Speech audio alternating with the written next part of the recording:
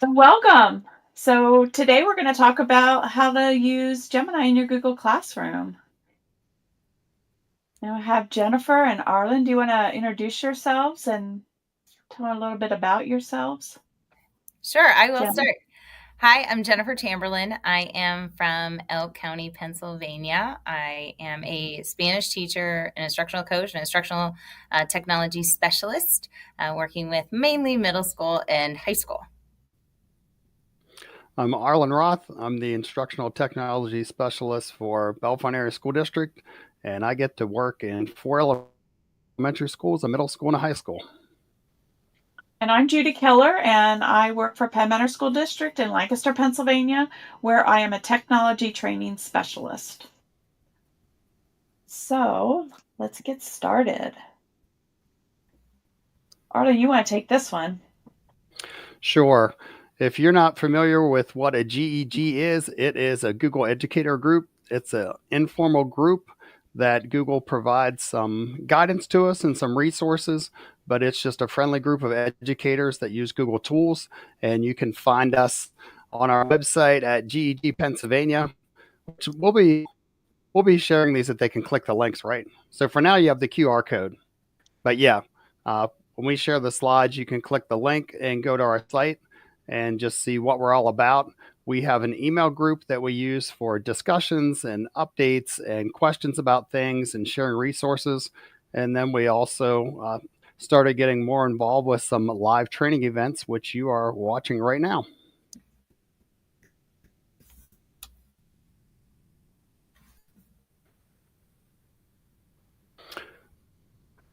This one's me, right? Yep. Okay. I was like, oh, yeah, I did put that in there. So we're going to talk a lot about gems in Gemini. And one of the things that you need to know up front, check to see if this works for your school account, and also have a student check it, or if you have access to a demo student account, because whoever your Google administrators are in the Google admin console, there are settings that Gemini can be turned on or off for different groups. So just because it works for you, make sure you know if it works for students or not before you try to share a gem with them. The other thing that I tested out today with my student account, our district uses GoGuardian, and if GoGuardian is set to block AI tools, it blocks Gemini. So, look at the resources, see if you have something good. But as always with new technology, before you're ready to stand in front of your class and tell everyone to click it and try it out, test it out or check with the people that manage your Google domain and your internet filter to make sure that everything is going to work as expected. Okay, so I'm going to start for brand new users. My biggest piece of advice as an instructional coach is to get into whatever app is the new app that you want to explore and click all of the buttons.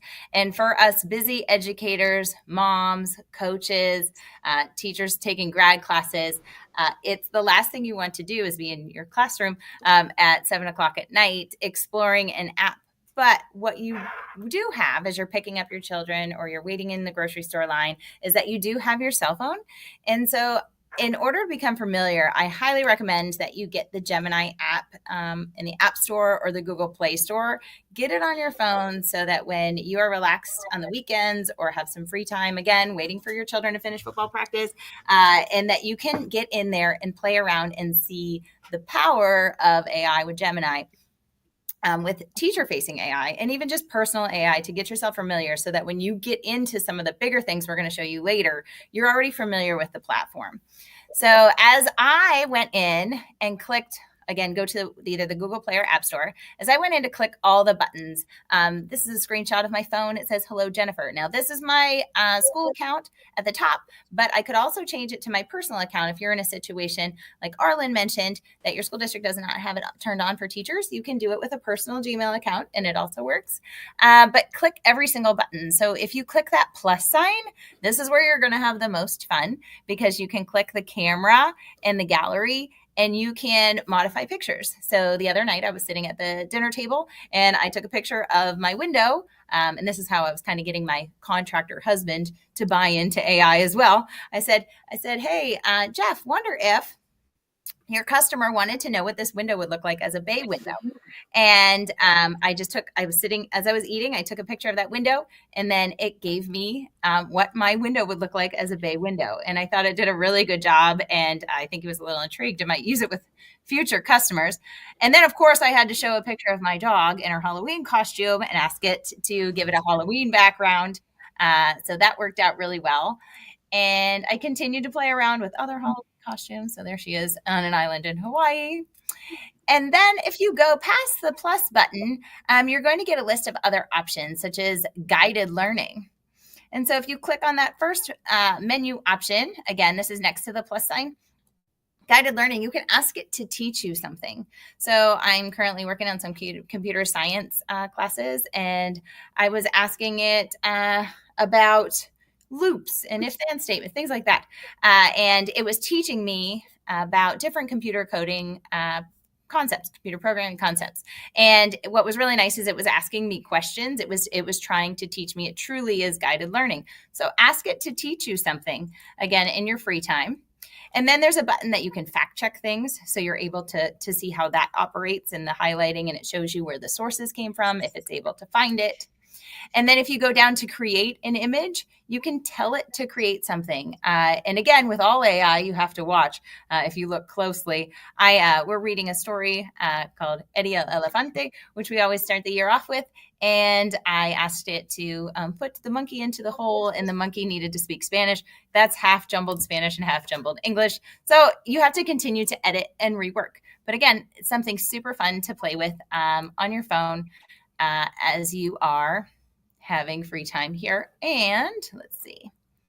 So now the next one is deep research. And this one, I just asked it about the history of Puerto Rico as a U.S. territory. And it gives me some information. And then it's like, how would you like this outline into a report? And then it turns it into this beautiful report that you can use for yourself or your class. And then again, you can fact check that. And in Canvas, this is where you're asking it to design emails to parents. Maybe you have conferences coming up and you want to invite parents to come in. Maybe you want to reach out to parents about missing assignments. And so I love to, and I can't say this enough, click the microphone and just talk to the AI, talk to Gemini. You don't have to worry about punctuation. You can ramble. It will understand you. So you can just click the button in your car and ramble off about how you're going to need an email to parents, inviting them to parent-teacher conferences, and how to reach you to schedule an appointment. And then it will draft something for you. And again, you can hit the microphone and ask it to do some edits too. If you're somebody that has trouble typing, I know I do on a phone. So leveraging that microphone is really great. And we won't get into the live because that's a whole other beast, which is also super fun, even in your car when you have the Bluetooth on, which Judy knows. So, and what's great about all this practice and all this play is that, so you've done this on your phone, and then when you get to school, it will be there when you go to your Gemini account. As long as you're in the same account, you go over to the side, and all of those chats, all of those searches, all of those deep research and guided learning and images are all here for you. So if you were creating some images that you wanted to use in your class, you can create them on your phone again in the evenings on your couch. And then when you get to school, they'll be there for you. So again, I just encourage play, play, play, play, play. And the best place is with something that you have handy, and that's your phone. So if you haven't looked at the Gemini side panel in Google Classroom, you need to check that out. It should pop up when you open Classroom, but there's a link when it comes up that says, hey, here are all the things you can do. These are all of the things that are available in Google Classroom, and they all can be done with Gemini. Some of them will open up in Gemini in a separate window. Some of them are right in Classroom. And tonight we're going to talk about gems. Maybe later we will talk about Notebook LM, but those things all are accessible to you right inside Google Classroom. So from the list of available tools, the first tab shows all of them, and I didn't click the show more, but you can look over this and think, okay, which ones am I interested in? The ones with the diamonds, they open in a new window, they open in Gemini. The ones without a diamond, like generate a quiz, all of that work is done right in Classroom. So you can see These are ones that are available for planning, and you can look across the top and see all the other categories that are available. I will click through them pretty fast. I expect to see this list to grow. I mean, this seems like an area where Google has put a lot of resources. You can see your choices for assessments, and we're going to do an example of a rubric. So Jennifer, this was your rubric, right? Absolutely. So I love a rubric, and I love Google Classroom rubrics. And if anybody wants to sit down with me and talk about Google Classroom rubrics and using them for all of your grading, I'm your girl. So I did a new portion of an assessment recently, and I hit the create a rubric because I didn't have any way to score it. And I went ahead and filled out this form and put in just some descriptions. I uploaded what the students would be looking at as they were doing this listening assessment. And I asked it to generate some criteria for me. And from there, you were able to edit this criteria. So it gave me, when it says criteria, when you think of a rubric, these are the different criterion that'll be listed on the side. Like at the top, you would typically see a 1, 2, 3, 4, and then along the side, you're going to see if it was like spelling, punctuation, things like that. So based on my description, it said, it wanted to do listening comprehension keywords, details, grammar structure, comprehensibility, and advanced vocabulary. And then I actually went in and said, no, I don't want a couple of those. I just really want these main two. So you can go ahead and delete them and regenerate the criteria or edit it. And then you hit generate rubric afterwards. So you set up what your criteria will be, and then you hit generate rubric. Now it goes to Google Sheets. Do not panic. I know there are some spreadsheet phobic teachers out there. Do not be afraid of a spreadsheet, especially if it has words in it. It's just like a table. You can handle it. So you get into the Google spreadsheet, and you can edit this even further. So as you can imagine, it didn't say holy guacamole for the top one. I say that whenever the kid is like, perfect, that's my 100. I do holy guacamole, and I added some criteria on there. So you can do any kind of adjustments once you're in here. Then you are going to just hold that tab, and you're going to go ahead and go into Google Classroom, find your assignment, which this was their assessment. And I hit add a rubric, and then I import from Sheets. And so then it imports it from Sheets. Now, the first time I did it, it didn't have the use scoring that you see over there toggled on. It was toggled off, so I didn't have anywhere to put some points. So I hit use scoring. And then I was able to add my points right here. You can also add them into the spreadsheet, but sometimes this is a little more friendly for those of us that get a little fearful when we're into spreadsheets, and that's okay. And then you get to grade this way, and it's so amazing because I'm going to get on a soapbox about rubrics. So when you are doing your rubrics, traditionally there's a 4, 3, 2, 1. Okay. But here you can make each criterion out of however many points you want them to be. So you can, if there's a topic, I'm going to use something very generic. So if you want the grammar of this essay, if it were an essay, to be 10 points, and you wanted the content to be 20 points, and the title, because sometimes the title ends up being as many points as the content, just because we do a 4, 3, 2, 1, and everything has to be the same. And that drives me bonkers. So if you can go ahead and change the criterion and weigh that based on what you're assessing, that's fabulous. And Google Classroom will do all the math for you. And I would ask you then to consider your 4, 3, 2, 1 to actually think about it in letter grades. Like, well, a perfect would be 100. So if this is a 10-point criterion, that's going to be a 10 out of 10. But I also want to be able to give students an A. So depending on your grading scale, whether you do a 90 for an A or we do a 94 for an A, you can assign that as 9.6.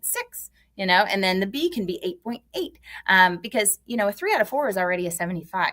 And if you're doing it out of 5, a 4 out of 5 is an 80. So you're either perfect or an 80, or perfect or a 75. And I think that isn't giving the best feedback to our learners. I think we can do better. So really consider, from my instructional coach perspective and soapbox, consider the points you use. And Google Classroom makes it so easy because you just click those and it does the math for you. And so even after you put these numbers in, you can make this assignment out of 100 points and it will adjust the math accordingly. Even if you do each criterion out of 10, 5, it will do the ratios for you, and it's beautiful. And I think your kids will benefit and really get some more solid feedback if you have to transition these 4 3 2 1s or these rubric grades into traditional percentage based grades. So leverage the Gemini to make it, and it's 2 steps to get it into your classroom, and it's beautiful.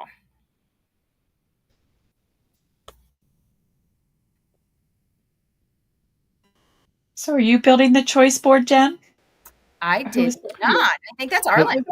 Arlen. This was one that I'd put in, and I picked something that I knew that 4th grade teachers taught so that they could tell me if it was good or not. So for this one, instead of giving it a really detailed prompt for the topic, I was very basic. I just said electricity and circuits 4th grade. And this is what it gave me. It gave me learning objectives, which I know enough about science to know that those are good. And then the next thing that it gave me was, sorry, I skipped over it. There we go. The choice board. So this was one that I had a couple of teachers look at, and they looked at these activities and they said, yeah, this looks reasonable. For 4th graders, I would always see them do the activity where they have the batteries and the wires and they have to make the light bulb turn on, which is very exciting and fun. But there are other things to do too. So the way this would work as a teacher, you could tell the students they need to complete 2 of these, or maybe they need to complete 3 of these. And some choice boards are like tic-tac-toe and they need to make 3 in a row. But that's just one more tool that's available. And this is one that, because it's built right into Classroom, if you like what you get out of it, it has an add to class button. So when you click the add to class button with any of the Gemini tools in Classroom, it goes right into the process of building an assignment for your students, which save you some clicks and keeps everything embedded nicely. Oh my gosh. And then you could do a rubric for your choice board. You could do a rubric for the choice board, and that could be one that you could reuse many times or tweak it for what you want. Releveling text is something that pretty much everybody needs to do at one time or another. And you could use the tool right in Classroom, or if you make your own gem, which is your customized Gemini, like your Gemini chatbot, you could make it a lot more specific, and you could even make it not for just a grade level, but you could specify even more detailed criteria, or you could make several of them that you would use with different students that are at different reading levels. So that's one that with generative AI, releveling text is a pretty easy task. So this is what I put in. This is what it came out. And it even tells me where it made the changes. There is a setting that if I wanted to make sure it included specific keywords, I could do that. But it did include all the important keywords that you would need to know if you were learning about photosynthesis. And can I pause you for a second? Yes. I think one thing, and I'm not sure who's in our audience, who's listening or who will be listening, but maybe you're sitting here and you're not using Google Classroom and you have a different LMS. It's important to know that you can still go to classroom.google.com and leverage all of the resources that we're talking about today. If you're not going to put that rubric into Google Classroom, or if you're not going to put that choice board into Google Classroom, you still can export it in whatever fashion you want to, print it out or screenshot it or put it in as a link into Canvas or Schoology or whatever LMS you use, or even if it's just paper, you can print it out. We're back to Spanish, so this one's yours. Oh, okay. So write a story. So I teach proficiency-based learning, which means whole language learning and comprehensible input. So I need a lot of versions of stories. We do a lot of storytelling. And right now we're using a story, if there's any language teachers out there, from senorwooly.com called Puedo ir al baño. And it's about a student going to the bathroom, wanting to go to the bathroom in class, and the teacher won't allow him to go. So one of our strategies is using a parallel story. And so I wanted it to write me a parallel story about a student that needs to go to the office or needs to get a drink. And it did a very good job in Google Classroom of creating me this parallel story. And I was able to tell it a little bit about what language. I think down at the bottom, you're able to put some words that you want to make sure the story includes. So it is bilingual, and will produce you leveled stories, creative stories that can be used based off of conversations you have with kids. So I plan on in the future having them brainstorm and give me some ideas for a story, and then they'll be more invested into the stories that we talk about and use for our language learning. I took it a step further and got out of Google Classroom a little bit and went back into Gemini, the app on the web. And I was exploring gems, which we'll talk about gems later, I know, but it went with my story. So I took my story that I got and I was like, well, this would look better if it was in a storybook. And so I had the storybook gem, which again, we'll talk more about gems, but this is already a made gem that I put in the topic about this parallel story about a student.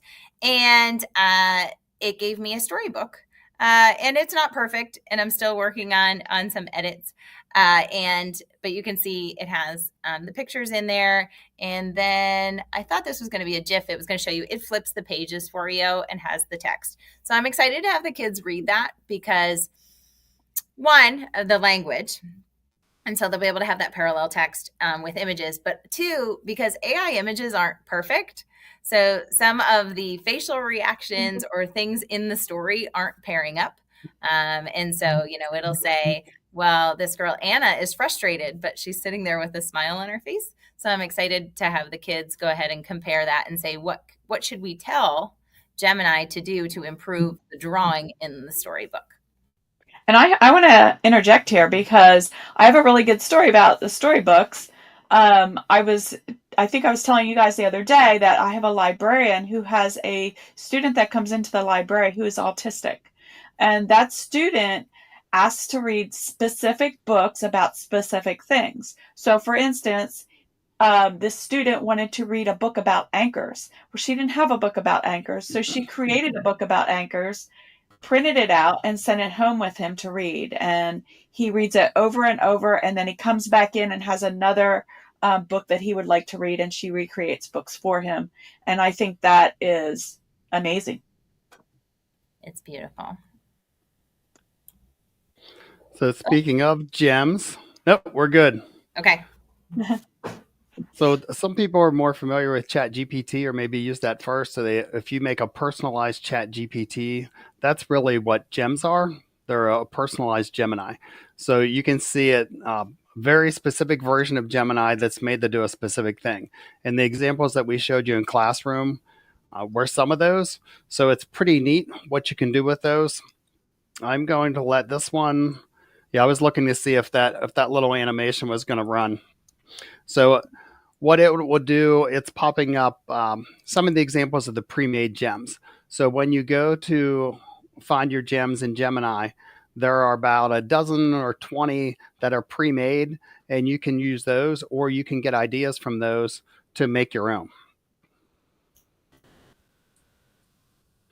Okay, so this is me. So why create a custom Google Gem? So for your classroom, you can differentiate and personalize student support. You can streamline administrative and planning tasks. You can create unique curriculum-aligned learning experiences, targeting and remediating specific misconceptions, and enhance creativity and idea generation. So those are all reasons that you would want to maybe use a gem in your classroom, but there's a lot more. These are just basic ones that you could use.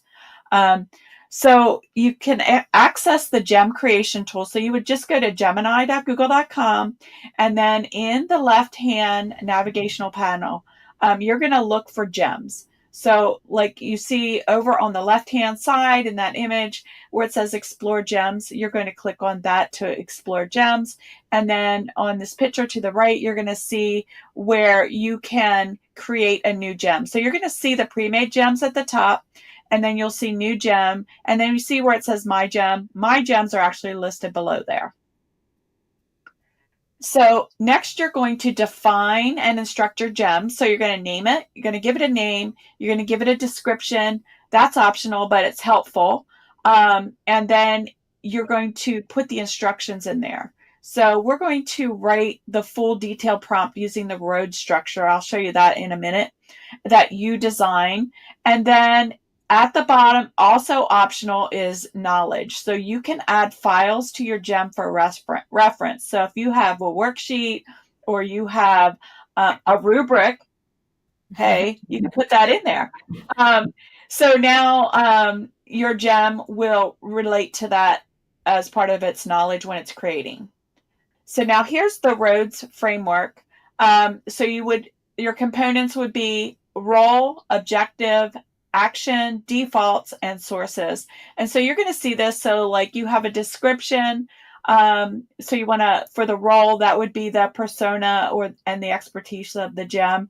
And so examples are on the right. So I'm not going to go into that all the way because you're going to get the slide deck later.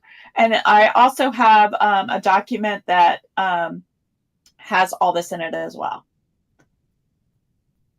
And then you're going to, once you have it created, you're going to test it and you're going to refine it. So on the right-hand side of the screen is a preview window once you create the gem. And then you'll enter a test prompt just to see how your gem responds based on the instructions that you gave it. And then you can review the output. So if it doesn't follow everything you want, you're going to go back and you're going to edit the instructions in the second step until your gem behaves exactly like you want it to.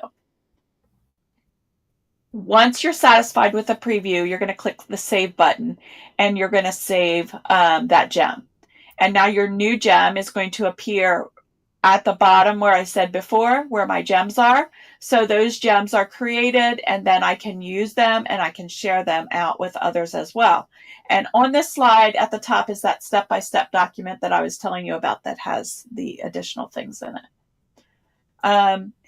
I'm going to show you this quick video on how to create a gem, and it's not going to work. Let's see.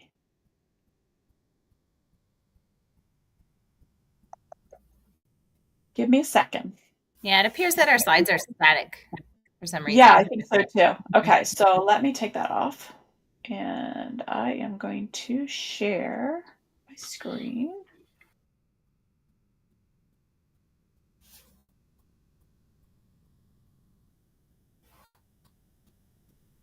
And while Judy's preparing that, I can talk to you about my favorite gem that I've created. I created my own instructional coach because if I'm the instructional coach, who's my instructional coach? So I created one for my Spanish teacher. It's my Spanish teacher instructional coach. And I asked it the other day about, years ago we used to do popcorn reading. And I know that that is a strategy that's become obsolete. You know that I'm teaching, these stories.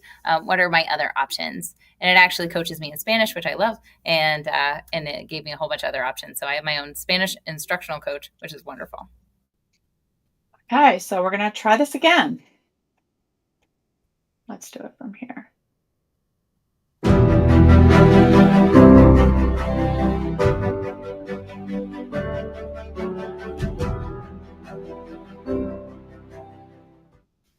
Let's create a custom gem.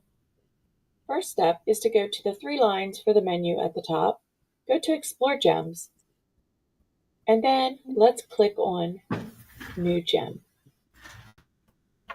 Now for this, we're going to create a gem called Taboo.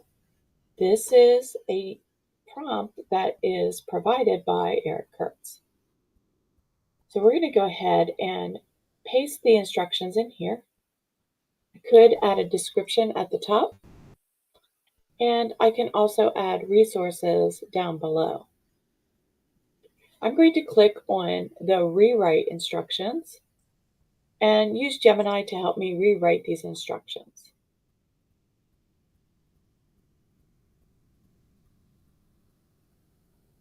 Now, once I'm ready to go, all I need to do is save my gem. So now my gem has been saved and I'm ready to start a chat.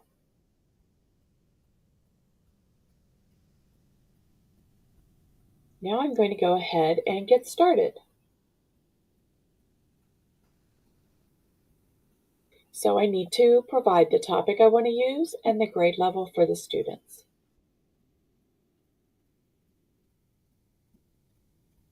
Now, here's my clue, so I can work on this clue with my class as a whole.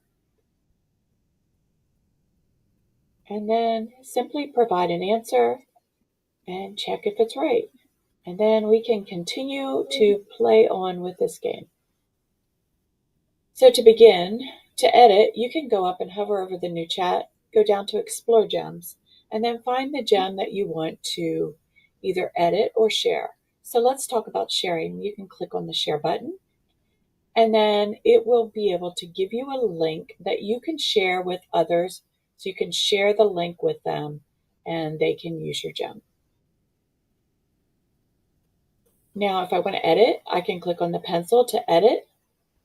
And then I can come in and I can tweak my instructions. And then once I'm done, all I need to do is click update. And now that I've edited my gem, I can go ahead and interact with it again. So I can simply go back, go to my gems, click on my gem that I want to use, and then begin to interact with it.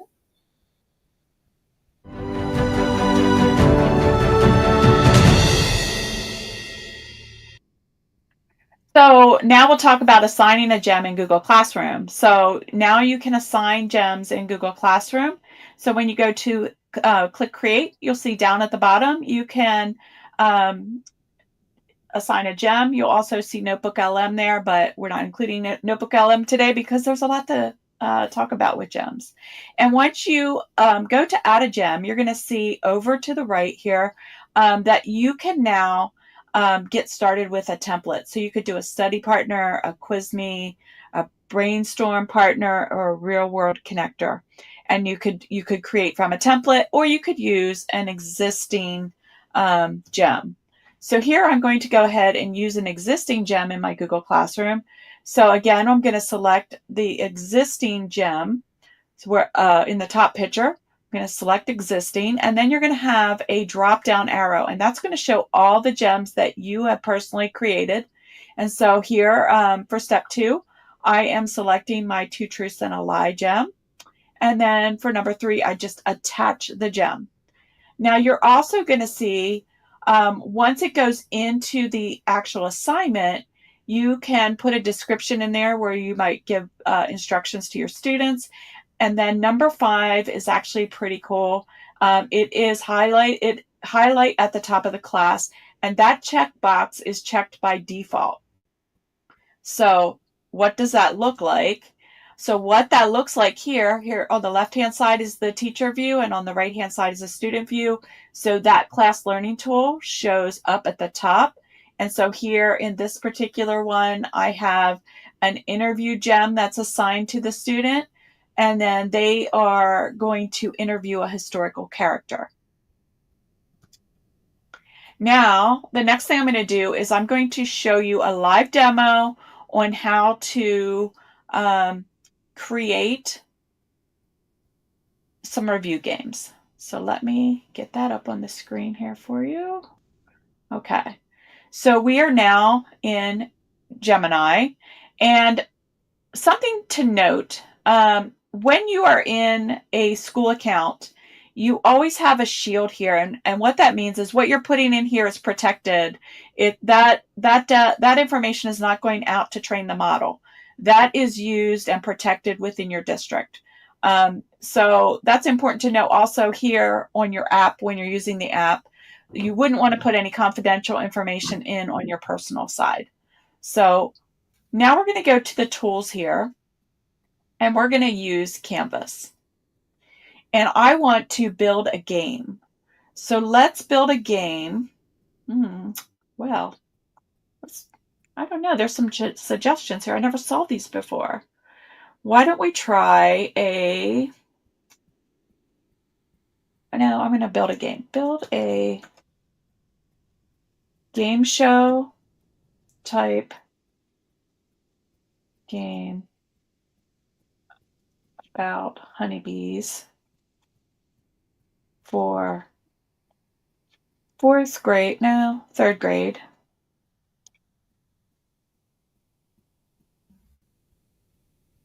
With 2 teams.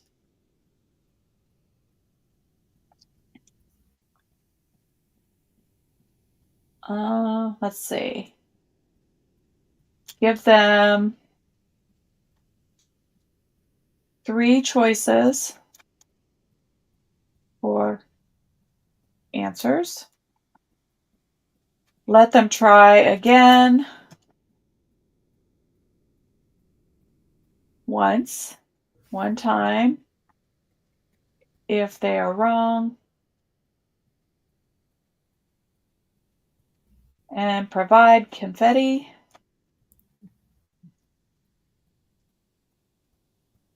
when they answer correctly.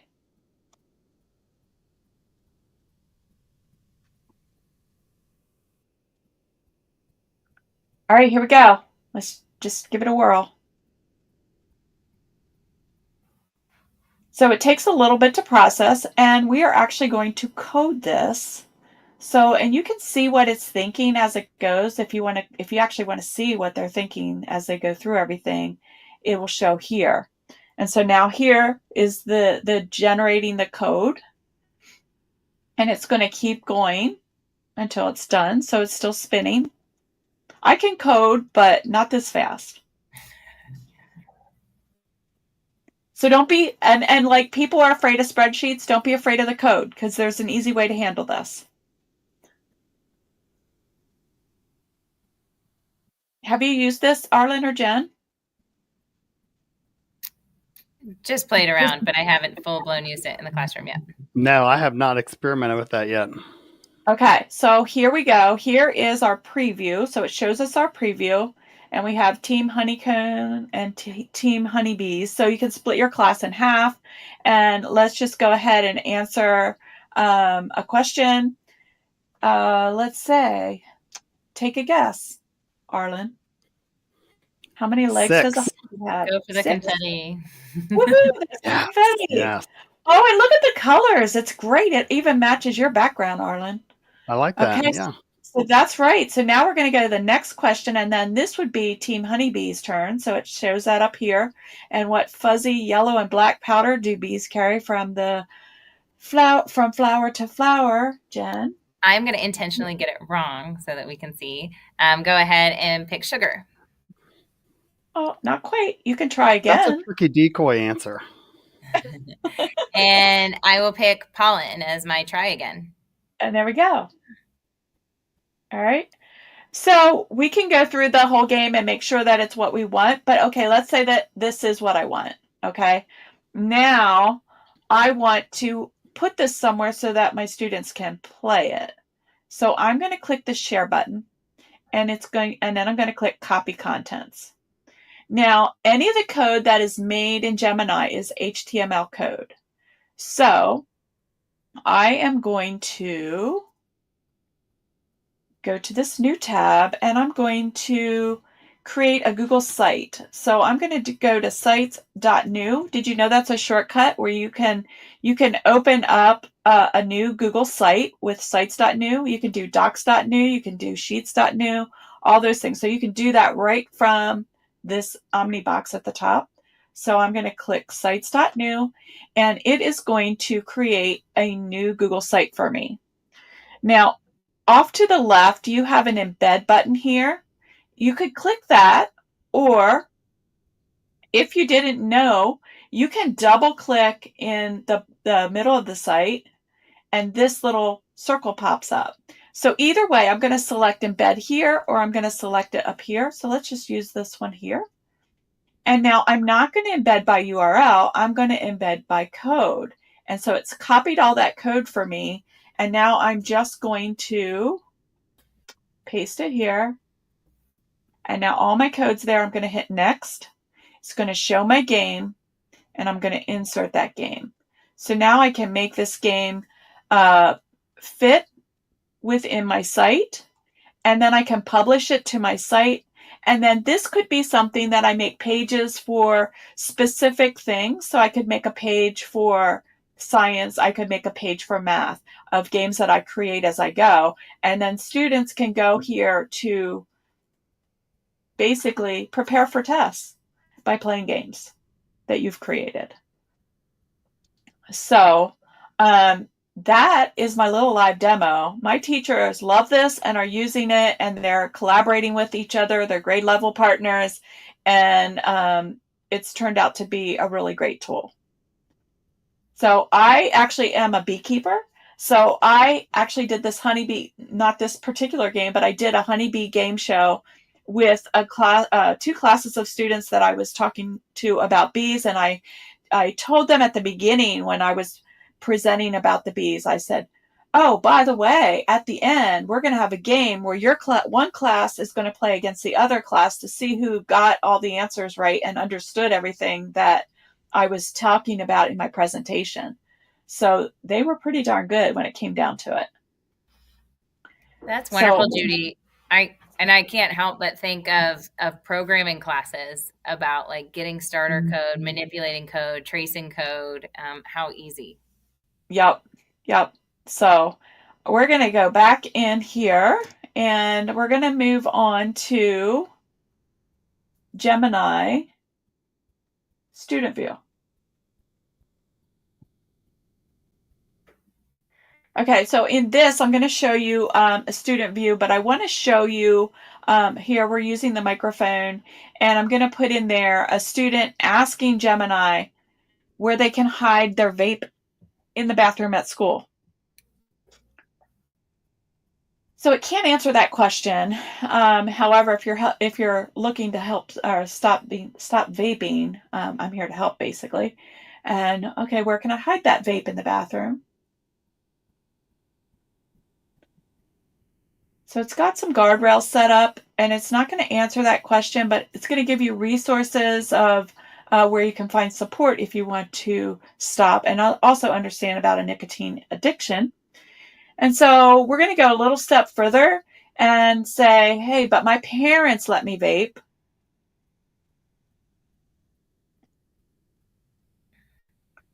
And so it understands what it's saying, but it's still going to refer them back to getting help. So those are some of the guide rails that are in Gemini for students. The other thing is you can also help your students start building digital skills today. So I'm including this in here, and this would take you to AI in your day-to-day. And it is a course that students can take to learn about using AI day to day. And it's going to take them to an applied digital skills course. And this is 45 to 90 minutes. They could start it, they could stop it, and they could go back and finish it on their own time. But I just want you to know that that is available out there. And then finally, we're going to talk about there is a free Gemini educator certification.